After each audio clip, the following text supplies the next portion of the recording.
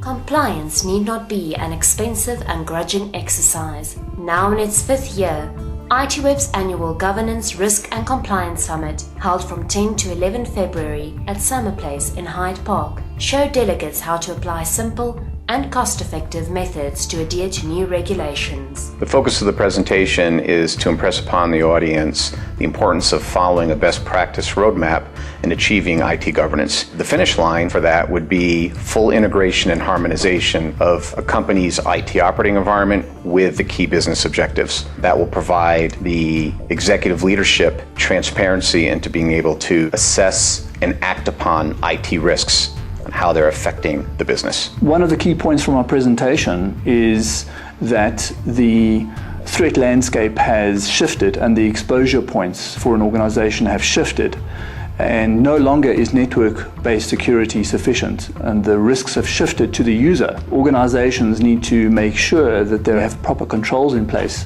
to manage the users who represent a significant risk within the organization. Featuring a half-day workshop and benchmark case studies from thought leaders in the GRC sphere, the event showcased a lineup of dynamic speakers from across the spectrum, while offering valuable insights and networking opportunities. You have to look at governance, risk and compliance at the same time. The three work together and have to be considered together. So compliance, looking at what regulatory requirements are there, what are the risks of non-compliance, what are the IT legal risks and other risks that an organization is exposed to. Risk is really around reputation. Yes, you will choose to comply with laws and comply with the requirements, and you should, but it's about doing the right thing. It's an overall strategy for any decent business. Compliance and corporate governance has become much more important because of a flag which I call the anti-establishment flag. It's the public dissatisfaction with politicians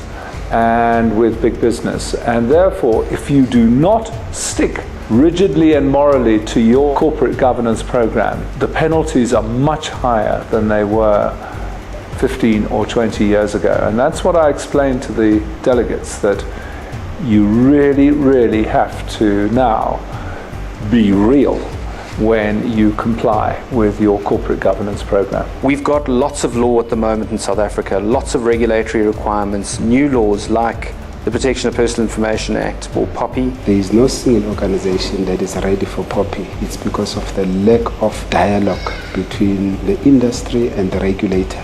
So for me, what is going to be critical going forward is to have those forums creating the space for discussions. But obviously the organizations themselves, they need to intentionally create compliance structures within their organizations, people that are going to have skills, the knowledge of what they need to comply with, and people that can really drive compliance as part of a day-to-day business activities. The question is, can you kill many birds with one stone? You certainly don't want to spend years on a POPI implementation project only to realize at the end that you should have done some other things that would have helped you to comply with something like the Cybercrimes Bill.